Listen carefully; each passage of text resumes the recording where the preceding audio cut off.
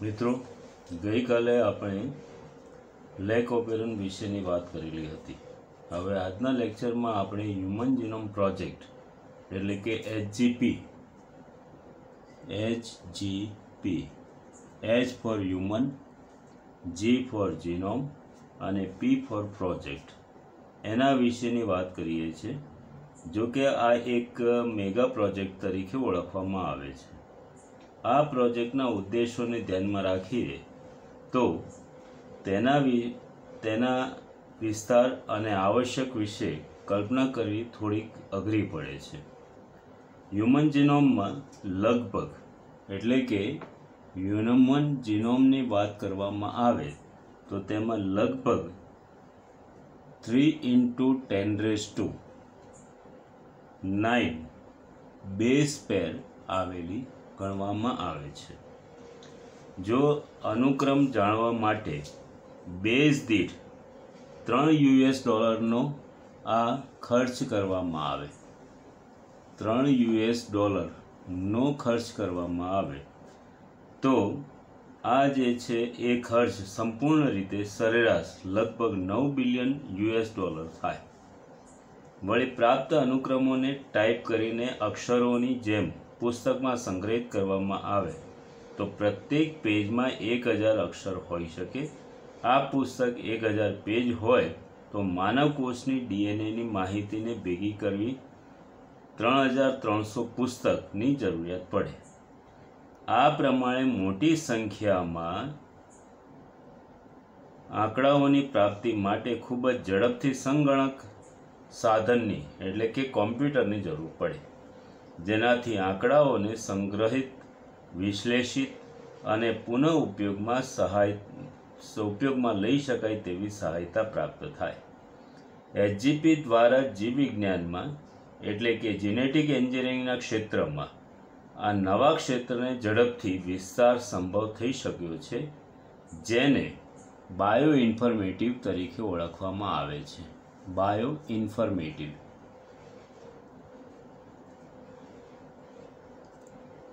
બાયોઇન્ફોર્મેટિક્સ તરીકે ઓળખાય છે.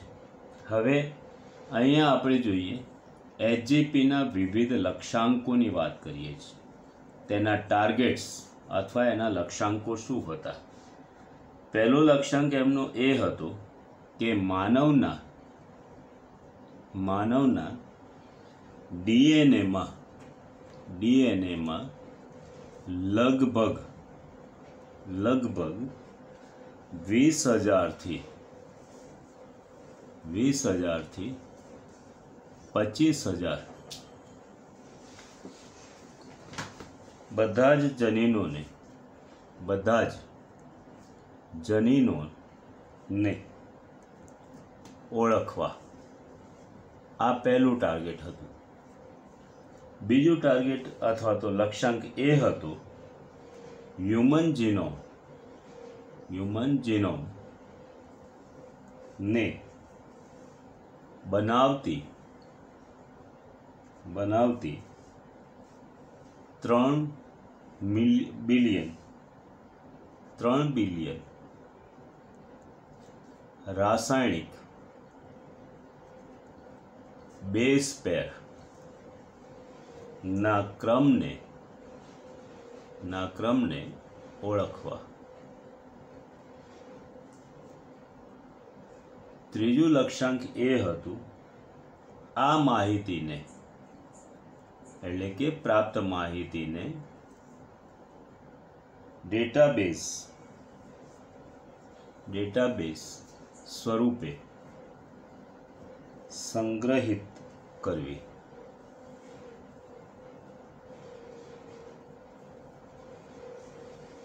ત્યારબાદ ચોથું લક્ષ્યાંક એ હતું માહિતીના વિશ્લેષણ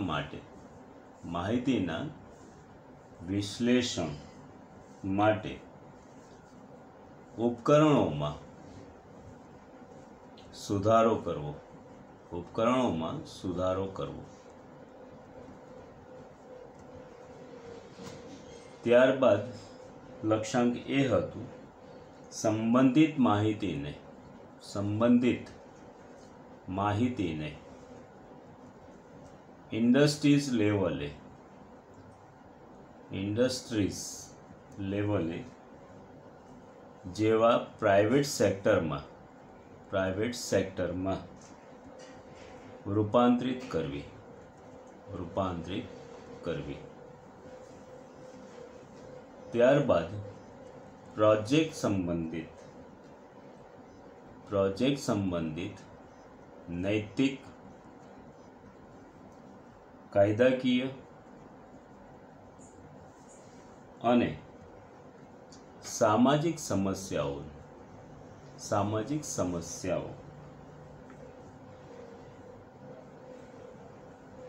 ને સમજવી. આ જે તેના લક્ષ્યાંક હતા. HGP અથવા હ્યુમન જીનોમ પ્રોજેક્ટ 13 વર્ષની યોજના હતી. US department of energy, national institute of હેલ્થના સહયોગથી પ્રોજેક્ટ શરૂ થયો. હવે પ્રારંભિક વર્ષોમાં વેલકમ ટ્રસ્ટ યુકેની HGPના મુખ્ય ભાગીદારી હતી. પછી જાપાન, ફ્રાન્સ, જર્મની, ચીન અને અન્ય દેશોનો સહયોગ પણ પ્રાપ્ત થયો. આ પ્રોજેક્ટ 2003માં પૂર્ણ થયો. વ્યક્તિઓમાં જોવા મળતી DNAની વિશેષ પ્રાપ્ત જાણકારીથી માનવમાં જોવા મળતા હજારો અનિયમિતતાઓ વિશે ઓળખ, સારવાર કરવા કેટલીક હદ સુધી અટકાવવામાં સહાયતા પ્રાપ્ત થાય છે. તેનાથી વિશેષ માનવ જીવવિજ્ઞાનના રહસ્યોને સમજવા માનવેતર સજીવોના DNA ક્રમોની પ્રાપ્ત જાણકારીના આધારે તેની પ્રાકૃતિક ક્ષમતાઓનો ઉપયોગ સ્વાસ્થ્ય સુધારણા અને સુરક્ષા, કૃષિ, ઉર્જા ઉત્પાદન, પર્યાવરણ સુધારણાની દિશામાં ઉદ્ભવતા પડકારોનું સમાધાન કરી શકાય છે. કેટલીક અમાનવીય મોડલ સજીવો જેવા કે બેક્ટેરિયા, યીસ્ટ અને મુક્તજીવી બિનરોગકારક સૂત્રકૃમિ સિનોરા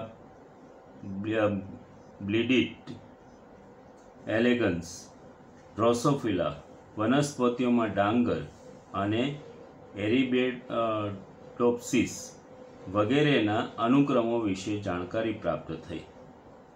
હવે આ કાર્ય પ્રણાલીમાં બે મહત્વપૂર્ણની ઉપયોગ કરવામાં આવ્યો. પ્રણાલીમાં જે ઉપયોગમાં પ્રથમ પ્રયાસ એ હતો કે એ બધા જનીનો RNAના સ્વરૂપમાં વ્યક્ત થાય છે તેના વિશે ધ્યાન આપવું, એટલે કે જેને એક્સપ્રેસ્ડ સિક્વન્સ ટેક્સ એટલે EST કહે છે. બીજો પ્રયાસ એ થયો કે જનીનમાં જોવા મળતા બધા જીનોમના કોડિંગ અને નોન કોડિંગ અનુક્રમોની જાણકારી પ્રાપ્ત કરી તેના કાર્યોને નિર્ધારિત કરવાનું છે, જેને સિક્વન્સ એનોટેશન તરીકે ઓળખાય છે. કોષના કુલ DNAમાં રહેલા અનુક્રમોની જાણકારી માટે પહેલાં તેને અલગીકરણ કરી નાના યાદચ્છિક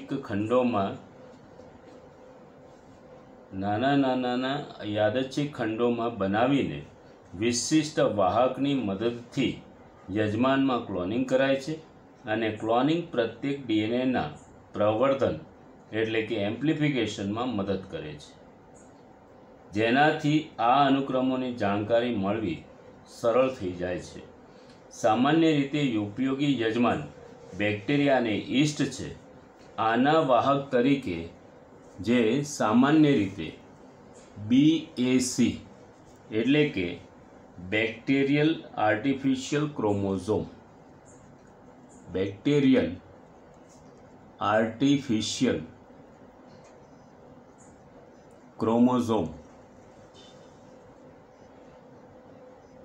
અને એવી જ રીતે YAC યીસ્ટ આર્ટિફિશિયલ ક્રોમોઝોમનો ઉપયોગ કરવામાં આવે છે અને જેનાથી આ પ્રક્રિયા શક્ય બને છે. ખંડોને સ્વસંચાલિત DNA અનુક્રમ DNAના ઉપયોગથી અનુક્રમિત કરવામાં આવે છે. ફ્રિડરિક સેંગર દ્વારા વિકસાવેલ પ્રક્રિયાના સિદ્ધાંત ઉપર ક્રિયાના વિકાસનો શ્રેય પણ સેંગરને પ્રાપ્ત થાય છે. આ અનુક્રમો તેમાં હાજર રહેલા કેટલાક એકબીજા પર આચ્છાદન કરતા પ્રદેશના આધારે ગોઠવાય છે. આ અનુક્રમિતતા માટે આચ્છાદિત ખંડોનું નિર્માણ થવું આવશ્યક છે. આ અનુક્રમોને મનુષ્ય દ્વારા પંક્તિબદ્ધ કરવું સંભવ નથી. આ કારણથી વિશિષ્ટ કોમ્પ્યુટર આધારિત પ્રોગ્રામને વિકસાવવામાં આવ્યો છે અને ત્યારબાદ આ પછીના અનુક્રમોનું અર્થઘટન કરીને તેને પ્રત્યેક રંગસૂત્રની સાથે સાંકળવામાં આવ્યા. રંગસૂત્ર 1નો અનુક્રમ મે 2006માં અને આ મનુષ્યના 24મા રંગસૂત્રમાં અંતિમ હતું. 22 દૈહિક અને XY રંગસૂત્રના અનુક્રમ હજુ બાકી હતા, ત્યાં પૂર્ણ થયો. બીજો પડકારરૂપ કાર્ય જનીન સંકુલ 9 આનુવંશિક અને ભૌતિક નકશો તૈયાર કરવાનું હતું. પોલિમોર્ફિઝમ રિસ્ટ્રિક્શન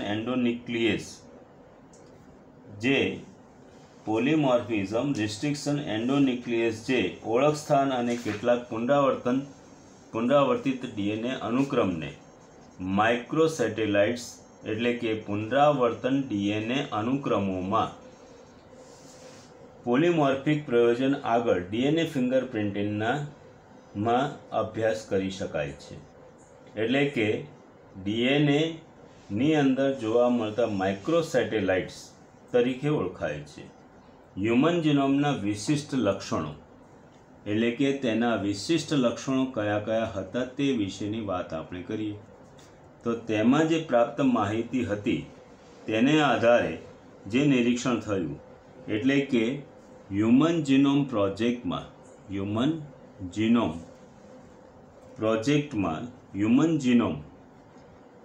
3164.7 મિલિયન બેઝ પેર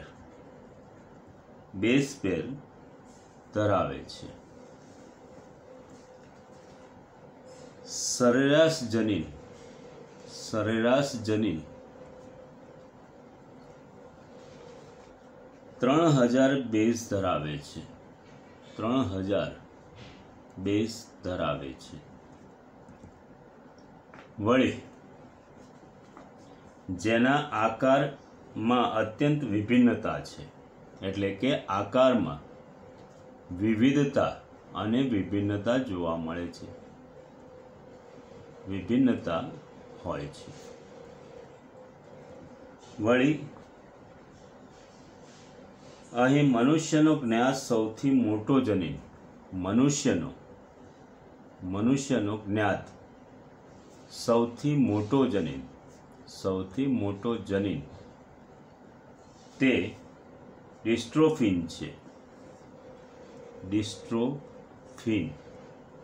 છે. માં 2.4 મિલિયન બેઝ છે. હવે ત્યારબાદની વાત કરીએ તો આગળ જે છે તે લક્ષણમાં જનીનની સંખ્યા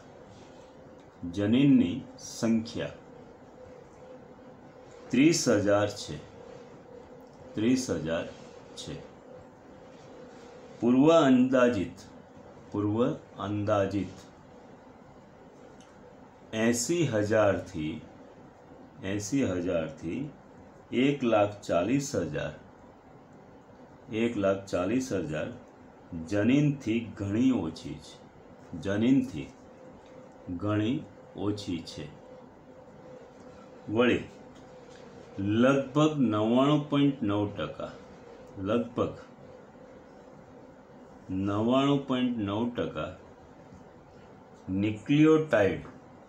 ન્યુક્લિયોટાઇડ બેઝ બધા મનુષ્યમાં એક સરખા જ હોય છે.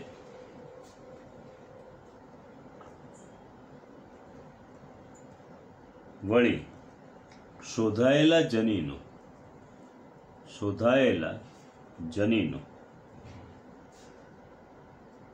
પૈકી 50% જનીનોના કાર્ય અજાણ છે, એટલે જ્ઞાત નથી. વળી અહીં જીનોમનો મોટો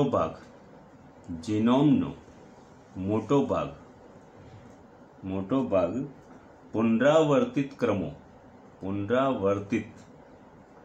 ક્રમોથી બનેલો છે, એટલે રિપીટ કોડોન્સ દ્વારા બનેલો છે. પુનરાવર્તિત ક્રમો ડીએનએના ફેલાયેલા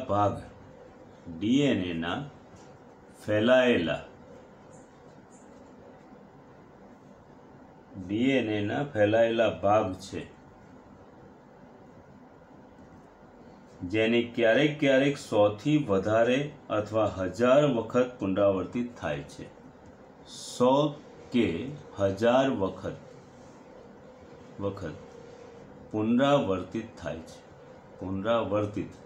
થાય છે, જેના વિશે એવું મનાય છે કે તેનો સીધો સાંકેતિક કાર્યમાં કોઈ સંબંધ નથી, પરંતુ તેનાથી રંગસૂત્રની રચના, ગતિકી અને વિકાસ વિશેની જાણકારી પ્રાપ્ત થાય છે. પ્રથમ રંગસૂત્ર સૌથી વધારે 2968 જનીનો ધરાવે છે, અને સૌથી ઓછા વાય રંગસૂત્ર 231 જનીનો ધરાવે છે. વૈજ્ઞાનિકોએ લગભગ 1.4 મિલિયન જગ્યાઓ પર એક બેઝ ડીએનએ તફાવત, એટલે સિંગલ ન્યુક્લિયોટાઇડ પોલિમોર્ફિઝમ, જેને સ્પ્લિન્સ કહેવામાં આવે છે, એનો ખ્યાલ આપ્યો. ઉપયુક્ત માહિતી પરથી રંગસૂત્રોમાં એ જગ્યાઓ કે જે રોગો સાથે સંકળાયેલ ક્રમ અને માનવના ઇતિહાસ વિશે તપાસ કરવામાં સહાયક થાય છે, તેના વિશેની જાણકારી એકત્ર કરવામાં ઘણો સહયોગ પ્રાપ્ત થયો.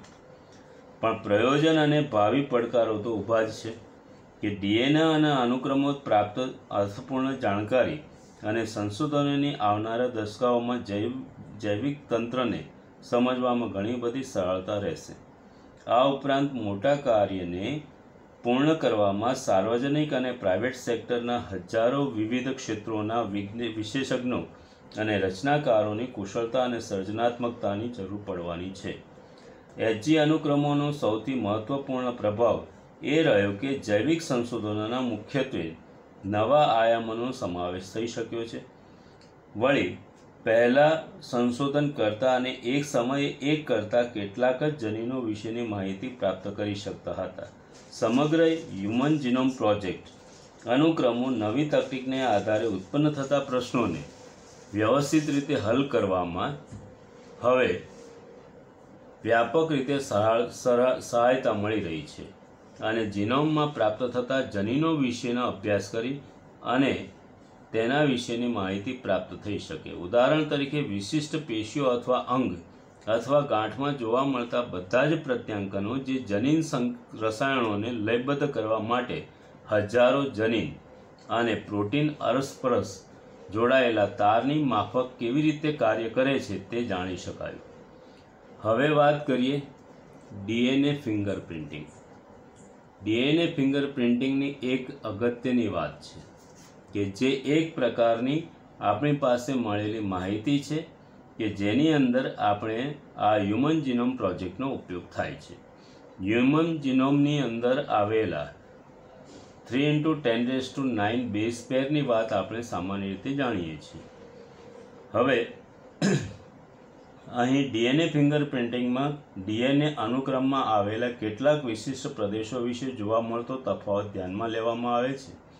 પુનરાવર્તિત ડીએનએ એને રિપીટેટિવ ડીએનએ તરીકે ઓળખાય છે, કારણ કે આ અનુક્રમોમાં ડીએનએનો નાનો ભાગ વારંવાર પુનરાવર્તન થતો હોય છે. આ પુનરાવર્તિત ડીએનએને જીનોમિક્સ ડીએનએના સમૂહથી ડેન્સિટી ગ્રેડિયન્ટ સેન્ટ્રીફ્યુગેશન દ્વારા ભિન્ન શિખર તરીકે અલગ કરાય છે અને ડીએનએનો મોટો ભાગ સમૂહ એક મુખ્ય શિખર બનાવે છે ત્યારે સામાન્ય નાના શિખર ઉપર બને છે, જેને સેટેલાઇટ ડીએનએ કહે છે. બંધારણની દ્રષ્ટિએ A.T સમૃદ્ધ અથવા તો G.C સમૃદ્ધ હોય છે. હવે આ અનુક્રમોને અનુસરીને જેમાં પોલીમોર્ફિઝમની પ્રક્રિયા દર્શાવાય છે. હવે એની અંદર જેમ કે રુધિર, વાળ પુટ્ટિકા, ત્વચા, હાડકાં, લાળ, શુક્રકોષ વગેરેમાંથી તે પ્રાપ્ત કરી શકાય છે. ડીએનએમાં એક સમાન દરજ્જાની બહુરૂપકતા જોવા મળે છે. ફોરેન્સિક એપ્લિકેશનમાં એક ઓળખ સાધન તરીકે ઉપયોગી છે. વળી બહુરૂપકતા પિતૃઓમાં સંતતિમાં આનુવંશિક થાય છે. એટલા માટે જ્યારે પિતૃત્વ માટેના વિવાદ ઊભા થતા હોય ત્યારે ડીએનએ ફિંગરપ્રિન્ટિંગ કસોટી ઉત્તમ ગણવામાં આવે છે. ડીએનએ અનુક્રમમાં જોવા મળતી બહુરૂપકતા ડીએનએ ફિંગરપ્રિન્ટિંગની સાથે સાથે હ્યુમન જીનોમના આનુવંશિક નકશા તૈયાર કરવામાં લાભદાયક છે. આથી આપણે ડીએનએની બહુરૂપકતા શું છે તેના વિશેની ચર્ચા આપણે અગાઉ કરેલી છે. હવે અહીંયા આપણે જોઈએ, જો મનુષ્યની વસ્તીમાં 0.01 થી વધારે આવૃત્તિમાં એક સ્થાનમાં એક કરતાં વધારે એલેલ્સ હોય તો એલેલિક રચનાઓ અલગ થયેલી જોવા મળશે. એટલે કે ડીએનએની બહુરૂપકતા જે સર્જાયેલી હોય તેના વિશેની જાણકારી પ્રાપ્ત થાય. સરળ શબ્દોમાં કહીએ તો એક જ વારસાગત વિકૃતિ વસ્તીમાં વધુ આવૃત્તિથી મળે તો તેને ડીએનએ બહુરૂપકતા કહે છે. ઉપયુક્ત વિવિધતાની સંભાવના નોન કોડિંગ ડીએનએમાં વધારે હોય છે, કારણ કે આ અનુક્રમોમાં થતી વિકૃતિ વ્યક્તિની પ્રજનન ક્ષમતાને ત્વરિત અસર કરી શકતી નથી. આ વિકૃતિ એક પેઢીમાંથી બીજી પેઢીમાં એકત્રિત થયા કરે છે, જેના ફળ સ્વરૂપે વિવિધતા અને બહુરૂપકતા ઉત્પન્ન થાય છે. બહુરૂપકતા વિવિધ પ્રકારની હોય છે, જેમાં એક ન્યુક્લિયોટાઇડથી લઈને મોટા પાયે પરિવર્તન થાય છે. ઉદ્વિકાસ અથવા જાતિ વિકાસમાં આવી બહુરૂપકતાની ખૂબ મોટી ભૂમિકા હોય છે. ડીએનએ ફિંગરપ્રિન્ટિંગના તકનીક સૌપ્રથમ એલિક જેફ્રિયસ દ્વારા વિકસાવવામાં આવેલી છે. ડીએનએ ફિંગરપ્રિન્ટિંગની ટેકનિક એલિક જેફ્રિયસ દ્વારા વિકસાવવામાં આવેલી છે. તેઓએ સેટેલાઇટ ડીએનએ પ્રોબ સ્વરૂપમાં ઉપયોગ કર્યો, જેમાં ઘણી બધી બહુરૂપકતા હતી. તેને variable number of tandem repeats તરીકે ઓળખાય છે. એટલે કે તેને કહેવામાં આવે VNTR, વેરિયેબલ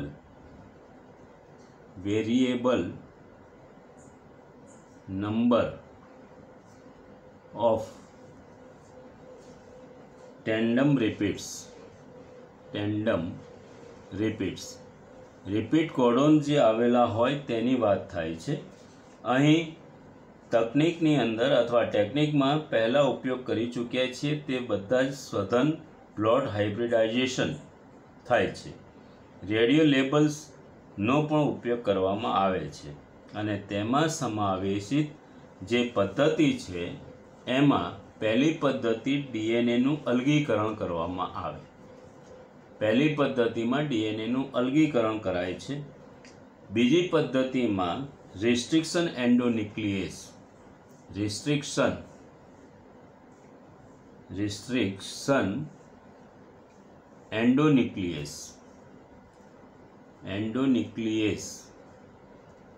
ઉત્સેચક દ્વારા ડીએનએનું પાચન કરાય છે.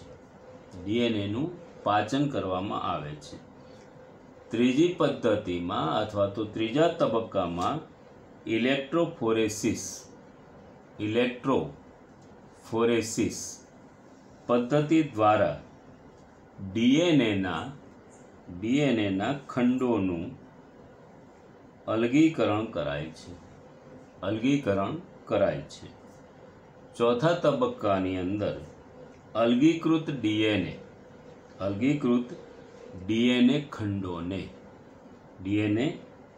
ખંડોનું સંશ્લેષિત પટલ એટલે કે નાયલોન પેપર નાયલોન સ્પેક્ટ્રમ એટલે કે પટલ જેમ કે નાઇટ્રોસેલ્યુલોઝ અથવા નાયલોન પર સ્થળાંતર કરાય છે ત્યારબાદ લેબલ્ડ એટલે કે radioactive VNTR variable number of tandem પ્રોબનો ઉપયોગ કરીને સંકરણ કરવામાં આવે છે અને એના પછી ઓટો રેડિયોગ્રાફી દર્શાવી દ્વારા ડીએનએનું સંકરિત ડીએનએ ખંડોની ઓળખ કરવામાં આવે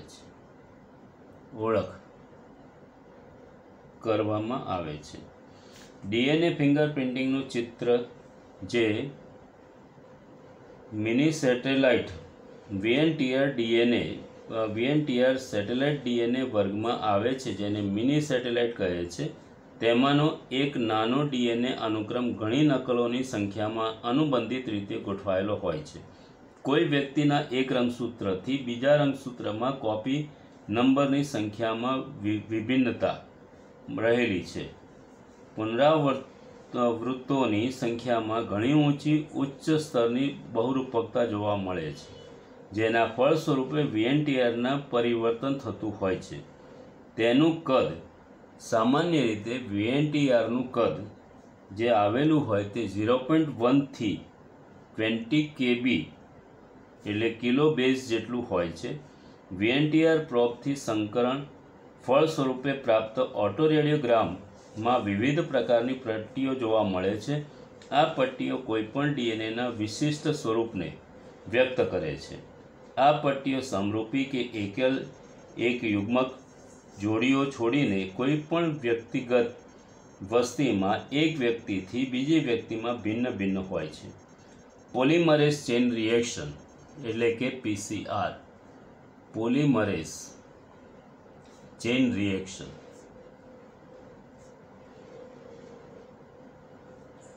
એટલે કે PCRનો ઉપયોગ કરીને તેની સંવેદનશીલતા વધારીને તેના પરિણામે કોઈપણ એક કોષમાંથી મળતા ડીએનએમાંથી પર્યાપ્ત ડીએનએ ફિંગરપ્રિન્ટિંગ વિશ્લેષણ કરી શકાય છે ફોરેન્સિક સાયન્સ સિવાય પણ અન્ય ક્ષેત્રમાં તેનો ઉપયોગ જેમ કે વસ્તી અને જનનિક વિવિધતાના નિર્ધારણમાં વર્તમાન સમયમાં ઘણા બધા વૈવિધ્ય પ્રોબનો ઉપયોગ ડીએનએ ફિંગરપ્રિન્ટિંગ બનાવવા માટે કરવામાં આવે છે એટલે મિત્રો અહીં જે આણ્વીય જીવવિજ્ઞાનની વાત આપણે સમાપ્ત કરી